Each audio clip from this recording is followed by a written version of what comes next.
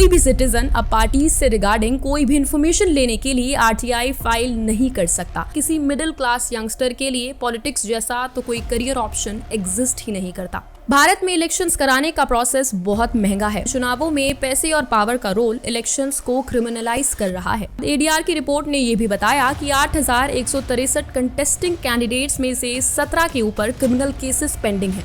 11 के ऊपर serious criminal cases हैं, जैसे कि रेप और मर्डर का। जब कोई प्राइवेट कंपनी किसी भी पॉलिटिकल पार्टी को बहुत सारा पैसा डोनेट करेगी तो पॉलिटिकल पार्टी के भी उसे बदले में फेवर पहुंचाने के चांसेस है। इतनी सारी फंडिंग पार्टियों को करता कौन है? इंडियन पॉलिटिकल सिस्टम में ब्लैक मनी एग्जिस्ट करता है। क्या कॉर्पोरेट्स का पॉलिटिकल पार्टीज को डोनेशंस देना गलत है? जिसके बाद 1969 में कांग्रेस की सरकार में पीएम इंदिरा गांधी ने प्राइवेट कंपनीज द्वारा पार्टियों को दी जाने वाली डोनेशंस को बैन कर दिया। असली कहानी तब शुरू हुई जब 14 मई 2016 में मोदी सरकार फाइनेंस एक्ट लेकर आई। फिर कंपनीज एक्ट के सेक्शन 182 में चेंज करके सरकार ने कंपनीज को अलाउ किया कि वो अपनी मर्जी से राजनीतिक दलों को कितना भी चंदा दे सकती हैं। क्या सच में इलेक्टोरल बॉन्ड स्कीम 2018 इंडिया का अब तक का सबसे बड़ा स्कैम है? प्रशांत भूषण ने इलेक्टोरल बॉन्ड्स को आजाद भारत का बिगेस्ट करप्शन स्कैंडल बताया।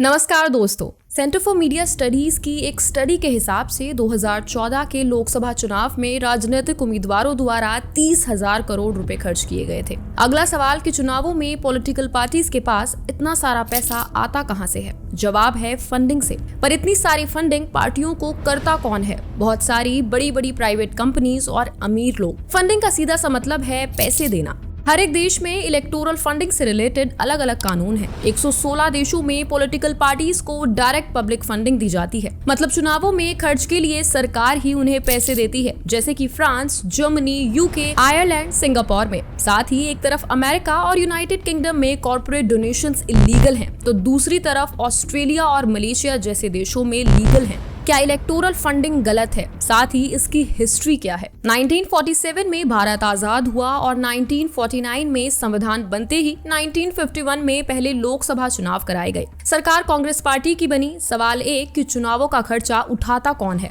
खुद राजनीतिक पार्टियां। लेकिन उनके पास करोड़ों रुपए आते कहां से हैं? क्या ये पैसा आम जनता द्वारा दिए गए टैक्सेस से आता है? जवाब है नहीं। 1951 में फर्स्ट इलेक्शंस कंडक्ट कराए जाने से पहले ही सरकार ने representations of the peoples act बनाया, जिसमें इंडिया में रहने वाला कोई भी इंसान या कोई भी कंपनी किसी भी रजिस्टर्ड पॉलिटिकल पार्टी को कितना भी अमाउंट डोनेट कर सकती है। साथ ही इस कंपनी के द्वारा दी गई डोनेशन को उसके प्रॉफिट लॉस अकाउंट में मेंशन करने का भी कोई कंपल्शन नहीं था। लेकिन अगर किसी पॉलिटिकल पार्टी को 2,000 रुपए से ज्यादा की डोनेशंस मिलती थी तो उस पार्टी को डोनेशन से रिलेटेड सारी डिटेल्स को इलेक्शन कमीशन को सबमिट कराना पड़ता था। उस वक्त पार्टीज फॉरेन कंपनी से डोनेशन एक्सेप्ट नहीं कर सकती थी। आगे बढ़ने से पहले हमारे लिए राजनीति में टाइप्स ऑफ फंडिंग जानना बहुत जरूरी है कि आखिर किस तरीके से पॉलिटिकल पार्टीज फंड इकट्ठा करती हैं। सबसे पहला टाइप है इंडिविजुअल फंडिंग, जहां कोई भी एक इंडिविजुअल पॉलिटिकल पार्टीज को पैसे डोनेट कर सकता है।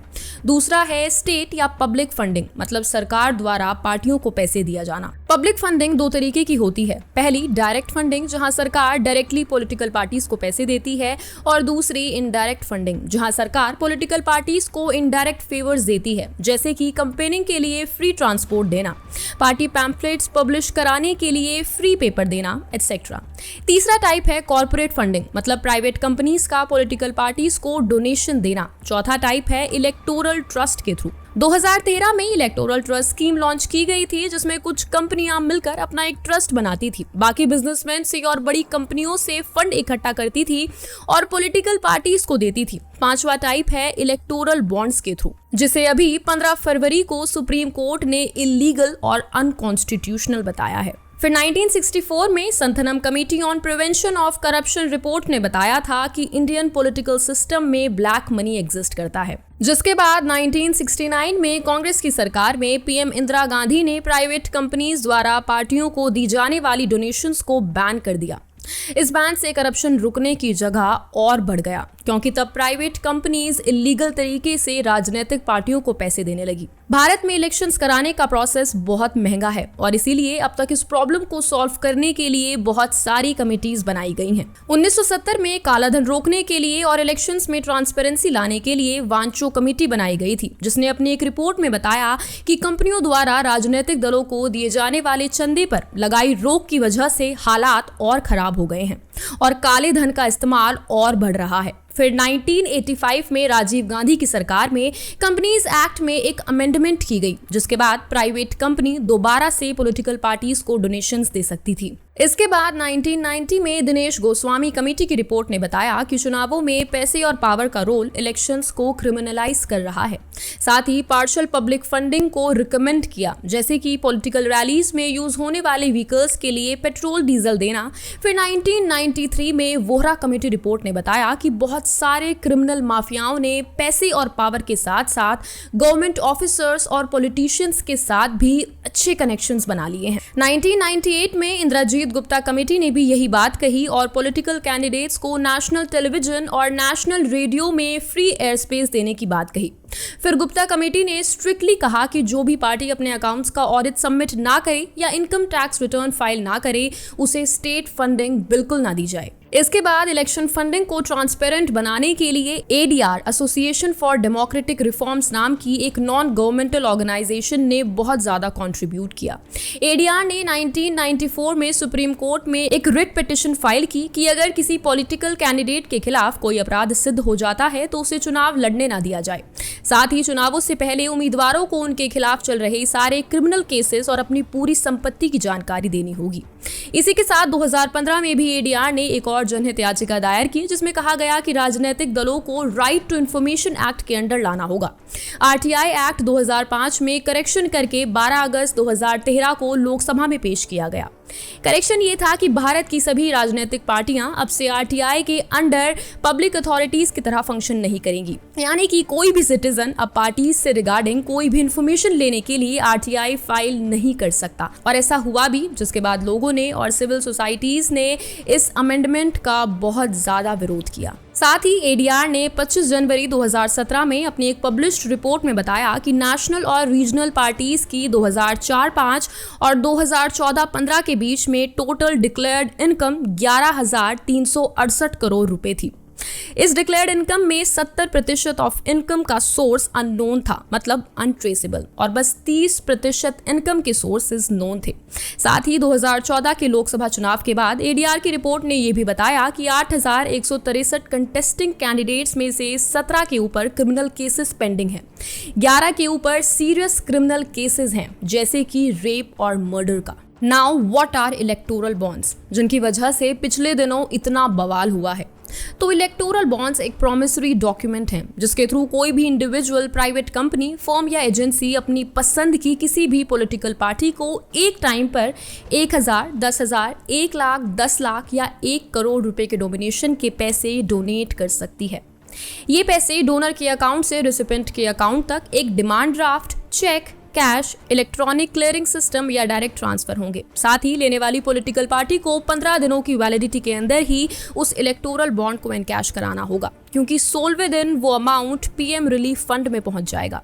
साथ ही डोनेशन के अमाउंट पर भी कोई इंटरेस्ट एप्लीकेबल नहीं होगा। इस इलेक्टोरल बॉन्ड को इंडिया का कोई भी सिटीजन खरीद सकता है। ये बॉन्ड एक साल में जनवरी, अप्रैल, जुलाई और अगस्त मंथ के पहले 10 दिनों तक इशू किए जाते थे, और जिस साल लोकसभा इलेक्शंस होंगे उस साल इन बॉन्ड्स को एक्स्ट्रा 30 दिनों तक इशू किया जाने का प्रोविजन था। बता दूं कि ये इलेक्टोरल बॉन्ड सिर्फ एसबीआई बैंक की कुछ स्पेसिफाइड ब्रांचेस से ही इशू हो पाएंगे, और इन्हें सिर्फ उन्हीं पॉलिटिकल पार्टीज को दिया जा सकता है जिन्होंने पिछले लोकसभा चुनावों में एटलीस्ट 1% ऑफ वोट्स हासिल किए हों। तो असली कहानी तब शुरू हुई जब 14 मई 2016 में मोदी सरकार फाइनेंस एक्ट लेकर आई।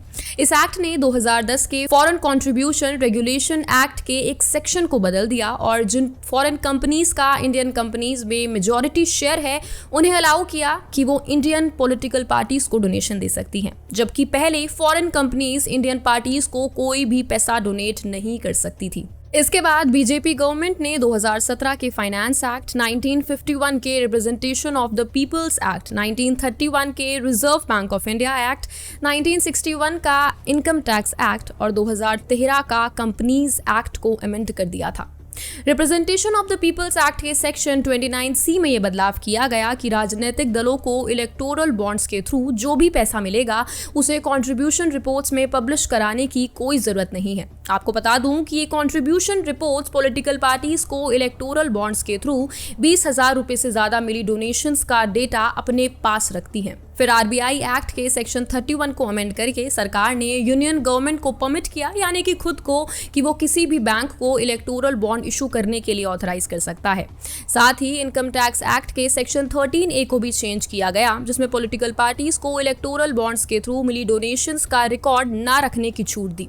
फिर कंपनीज एक्ट के सेक्शन 182 में चेंज करके सरकार ने कंपनीज को अलाउ किया कि वो अपनी मर्जी से राजनीतिक दलों को कितना भी चंदा दे सकती हैं, जबकि पहले कंपनीज अपने 3 साल के नेट प्रॉफिट्स का सिर्फ 7.5% ही डोनेट कर सकती थी। इन अमेंडमेंट से ये साफ है कि मोदी सरकार ने इलेक्टोरल बॉन्ड स्कीम को लाने की काफी अच्छी प्लानिंग कर रखी थी। इसके बाद former union finance minister Arun Jaitley 2017-2018 का यूनियन बजट पेश कर रहे होते हैं।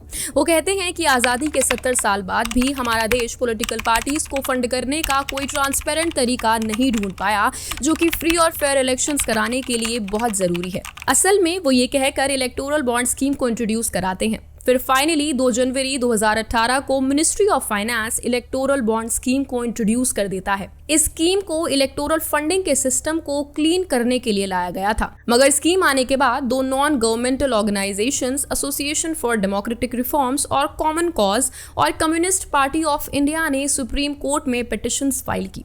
इलेक्टोरल बॉन्ड स्कीम लाने के लिए मोदी सरकार द्वारा की गई अमेंडमेंट्स को चैलेंज किया। पिटिशंस में लिखा गया कि फाइनेंस एक्ट को गलत तरीके से मनी बिल्स की तरह पास किया गया, ताकि बिल को राज्यसभा से पास न करवाना पड़े। साथ ही पिटिशंस में ये भी कहा गया कि electoral bond scheme public funding में ट्रांसपेरेंसी अलाउ नहीं करती और इलेक्टोरल करप्शन को बहुत बड़ी मात्रा में लेजिटिमेट बनाने की कोशिश करती है। मेनली इलेक्टोरल बॉन्ड स्कीम के 2 फीचर्स को अपोज किया गया। पहला, इलेक्टोरल बॉन्ड्स को खरीदकर जो भी प्राइवेट कंपनी या इंडिविजुअल पॉलिटिकल पार्टी को देगा, उसकी डिटेल्स पब्लिक डोमेन में डिस्क्लोज नहीं की जाएंगी, केवल SBI को पता होंगी। दूसरा, जिन पॉलिटिकल पार्टीज को इलेक्टोरल बॉन्ड्स के थ्रू डोनेशन दी जाएगी, उनके नाम को भी कॉन्फिडेंशियल और एनोनिमस रखा जाएगा। इस स्कीम के लॉन्च होने के बाद 25 मार्च 2019 को इलेक्शन कमीशन ऑफ इंडिया ने भी एक एफिडेविट फाइल करके इलेक्टोरल बॉन्ड स्कीम को अपोज किया। एफिडेविट में लिखा गया कि ये स्कीम पॉलिटिकल फाइनेंस के मामले में ट्रांसपेरेंट नहीं है। साथ ही इलेक्शन कमीशन ने गवर्नमेंट को भी वार्न किया कि ये स्कीम सही नहीं है, क्योंकि पॉलिटिकल पार्टीज को मिली डोनेशंस को सीक्रेट रखने से फॉरेन फंडिंग का भी पता नहीं चलेगा और इससे फॉरेन कंपनीज इंडियन पॉलिसीज को इन्फ्लुएंस कर सकती हैं। इसके बाद बहुत सारी पॉलिटिकल पार्टीज ने इस स्कीम को सुप्रीम कोर्ट में चैलेंज किया। फिर 12 अप्रैल 2019 को सुप्रीम कोर्ट की एक बेंच ने सभी पॉलिटिकल पार्टी से कहा कि वो उनके डोनर्स, उनको मिली डोनेशन और उनके बैंक अकाउंट नंबर की सारी डिटेल्स एक बंद लिफाफे में इलेक्शन कमीशन को दे दें, और ऐसा हुआ भी। 2021 में भी ADR नाम का एक NGO सुप्रीम कोर्ट पहुंचा स्कीम पर रोक लगवाने के लिए, लेकिन सुप्रीम कोर्ट ने ऐसा करने से मना कर दिया। इसके बाद फाइनली 16 अक्टूबर 2023 को पिटिशनर्स फिर से सुप्रीम कोर्ट पहुंचे, ये सोचकर कि 2024 लोकसभा चुनावों से पहले ही इलेक्टोरल बॉन्ड स्कीम पर रोक लगा दी जाए। और फाइनली इस मुद्दे की इंपॉर्टेंस समझते हुए 31 अक्टूबर 2023 को 5 जजों की एक बेंच ने 3 दिन इस केस पर बहस की। इन 5 जजों में CJI Chandrachud, justice Sanjeev Khanna, BR Gavai, JB Pardiwala और मनोज मिश्रा शामिल थे। पिटिशनर्स ने आर्ग्यू किया कि स्कीम ने electoral funding, black money circulation और करप्शन को बढ़ावा दिया है। साथ ही ये भी कहा कि हर एक पॉलिटिकल पार्टी की सोर्स ऑफ फंडिंग को जानना वोटर्स का हक है। इस 3 दिन की हियरिंग के बाद 2 नवंबर 2023 को जजेस ने अपना फैसला रिजर्व कर लिया। इसके बाद 15 फरवरी 2024 को सुप्रीम कोर्ट ने 2018 में मोदी सरकार द्वारा लाई गई इलेक्टोरल बॉन्ड स्कीम को अनकॉन्स्टिट्यूशनल बताकर रद्द कर दिया। साथ ही कोर्ट ने तुरंत इलेक्टोरल बॉन्ड्स को खरीदने पर रोक लगा दी। 5 जजों की बेंच ने कहा कि ये स्कीम वोटर्स के राइट टू इन्फॉर्मेशन एक्ट को वायलेट कर रही है। कोर्ट ने SBI से कहा कि वो 12 अप्रैल 2019 से अब तक खरीदे गए सारे इलेक्टोरल बॉन्ड्स की सारी डिटेल्स ECI को सबमिट करे। इसमें परचेजर की डिटेल्स हों और उस पार्टी की भी जिसको वो इलेक्टोरल बॉन्ड्स दिए गए हैं। फिर कोर्ट ने इलेक्शन कमीशन ऑफ इंडिया को ऑर्डर किया कि वो SBI द्वारा शेयर की गई सारी इंफॉर्मेशन को एक हफ्ते के अंदर अपनी ऑफिशियल वेबसाइट पर पब्लिश करे। इलेक्टोरल बॉन्ड से रिलेटेड सारी इंफॉर्मेशन बाहर आने के बाद बहुत सारे खुलासे हुए। भारतीय जनता पार्टी को टोटल 6007 करोड़ रुपए का चंदा मिला, जिसमें मेगा इंजीनियरिंग कंपनी ने बीजेपी को सबसे ज्यादा 584 करोड़ रुपए का चंदा दिया। क्विक सप्लाई चेन ने दूसरे नंबर पर 375 करोड़ रुपए का चंदा दिया, जो कि रिलायंस इंडस्ट्रीज लिमिटेड की एक सहयोगी कंपनी है। वेदांता कंपनी ने तीसरे नंबर पर 226 करोड़ रुपए का चंदा दिया। भारतीय एयरटेल ने चौथे नंबर पर 197 करोड़ रुपए का चंदा दिया और मदन लाल लिमिटेड ने 5वें नंबर पर 175 करोड़ रुपए का। आपको बता दूं कि डोनर्स की लिस्ट में सबसे ज्यादा चंदा देने वाली company future gaming and hotel services private limited ने बीजेपी को 100 करोड़ रुपए का चंदा दिया। इसके बाद दूसरे नंबर पर 1610 करोड़ रुपए का सबसे ज्यादा चंदा तृणमूल कांग्रेस को मिला। इंडियन एक्सप्रेस की एक रिपोर्ट के मुताबिक फ्यूचर गेमिंग ने टीएमसी को सबसे ज्यादा 542 करोड़ रुपए का चंदा दिया। हल्दिया एनर्जी लिमिटेड ने 281 करोड़ का, धारीवाल इंफ्रास्ट्रक्चर ने 90 करोड़ का, एमकेजे एंटरप्राइजेस और एविज ट्रेडिंग ने 45 करोड़ का। इसके बाद तीसरे नंबर पर 1422 करोड़ रुपए का चंदा कांग्रेस पार्टी को मिला, जिसमें वेदांता लिमिटेड कंपनी का नाम सबसे ऊपर है। अब बात करेंगे उन कंपनियों की जिन्होंने सबसे ज्यादा इलेक्टोरल बॉन्ड्स खरीदकर राजनीतिक पार्टियों को सबसे ज्यादा चंदा दिया। पहली कंपनी है future gaming and hotel services private limited, जिसने 1368 करोड़ रुपए के बॉन्ड्स खरीदकर बीजेपी, टीएमसी और डीएमके को दिए। दूसरी कंपनी है mega engineering and infrastructure company, जिसने 1192 करोड़ रुपए के बॉन्ड्स खरीदकर बीजेपी और कांग्रेस दोनों पार्टियों को फंडिंग दी। तीसरी कंपनी है एमकेजे एंटरप्राइजेस, जिसने 617 करोड़ रुपए के बॉन्ड्स खरीदकर बीजेपी, कांग्रेस और टीएमसी को फंडिंग दी। इस ग्रुप ने मेजॉरिटी बॉन्ड्स बीजेपी को दिए। आपको बता दूं कि इलेक्टोरल बॉन्ड स्कीम के अगेंस्ट सुप्रीम कोर्ट में पिटिशनर्स की तरफ से केस लड़ने वाले लॉयर प्रशांत भूषण ने इलेक्टोरल बॉन्ड्स को आजाद भारत का बिगेस्ट करप्शन स्कैंडल बताया। भूषण ने आरोप लगाया कि 33 कंपनियां जिन्होंने पार्टीज को कलेक्टिवली 1751 करोड़ रुपए का चंदा दिया, उन्हें 3.7 लाख करोड़ रुपए के कॉन्ट्रैक्ट्स मिले। इसी के साथ प्रशांत भूषण ने यह भी कहा कि उन 41 कंपनियों ने भाजपा को 2471 करोड़ रुपए का डोनेशन दिया, जिनके खिलाफ सीबीआई, ईडी और आईटी विभाग जैसी एजेंसियां जांच कर रही थी। भूषण ने कहा कि 30 शेल कंपनीज ने भी पार्टियों को लगभग 143 करोड़ रुपए का चंदा दिया। शेल कंपनी का मतलब है एक फेक कंपनी जो सिर्फ पेपर पर एग्जिस्ट करती है। साथ ही बहुत सारी मीडिया ऑर्गेनाइजेशंस की रिपोर्ट्स के अकॉर्डिंग ये इलेक्टोरल बॉन्ड्स क्विड प्रो क्यो को बढ़ावा देता है। क्विड प्रो क्यो का मतलब है दो या उससे ज्यादा पार्टीज के बीच में एक एग्रीमेंट जहां दोनों पार्टीज एक दूसरे को फेवर करती हैं। फॉर एग्जाम्पल, जब कोई प्राइवेट कंपनी किसी भी पॉलिटिकल पार्टी को बहुत सारा पैसा डोनेट करेगी तो पॉलिटिकल पार्टी के भी उसे बदले में फेवर पहुंचाने के चांसेस है। इसके अलावा इलेक्टोरल बॉन्ड स्कीम में ये लूप होल है कि अगर कोई कंपनी किसी राजनीतिक पार्टी को 20,000 रुपए से कम का डोनेशन देती है तो उस डोनर की आइडेंटिटी एनोनिमस रहेगी और इसीलिए एक कंपनी 20,000 रुपए से कम के डोनेशंस बहुत सारी मात्रा में करके जनता को बेवकूफ बना सकती है। एक और सोचने वाली बात यह है कि आजकल पॉलिटिकल पार्टीज भी ज्यादातर उन्हीं उम्मीदवारों को टिकट देती हैं जो बहुत पैसे वाले होते हैं, जो अपनी इलेक्शन कैंपेन खुद फंड कर पाएं ताकि पार्टी का खर्चा ना हो। तभी आज के टाइम पर किसी मिडिल क्लास यंगस्टर के लिए पॉलिटिक्स जैसा तो कोई करियर ऑप्शन एग्जिस्ट ही नहीं करता और इसी वजह से राजनीति में अमीर कैंडिडेट्स और क्रिमिनल कैंडिडेट्स का नंबर बहुत ज्यादा बढ़ गया है। अगर किसी सरकार को अपने देश में इलेक्शंस के दौरान इलेक्टोरल फंडिंग में ट्रांसपेरेंसी लानी है तो उस देश की सरकार को खुद पॉलिटिकल पार्टीज को डोनेशन देनी होगी या फिर इलेक्शंस के टाइम पर कुछ और इनडायरेक्ट फेवर्स देने होंगे, जैसे कि नेशनल टेलीविजन पर स्पेस, कैंपेनिंग के लिए फ्री ऑफ कॉस्ट व्हीकल्स या free access to public places for rallies.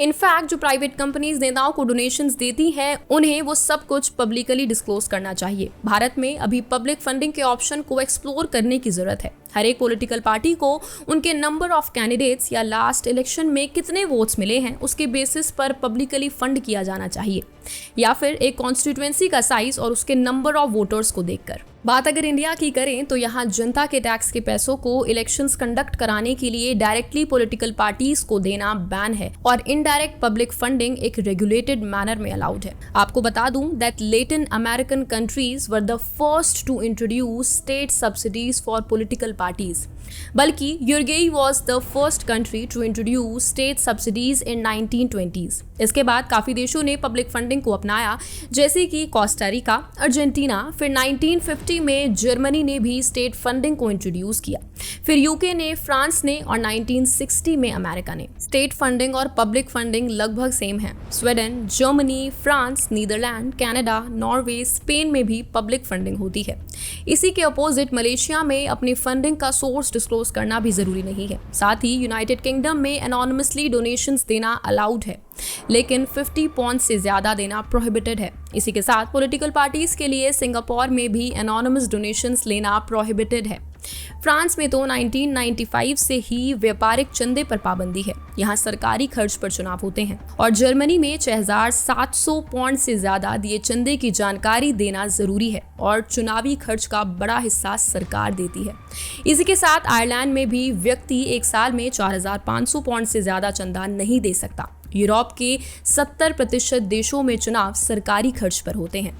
धन्यवाद। जय हिंद।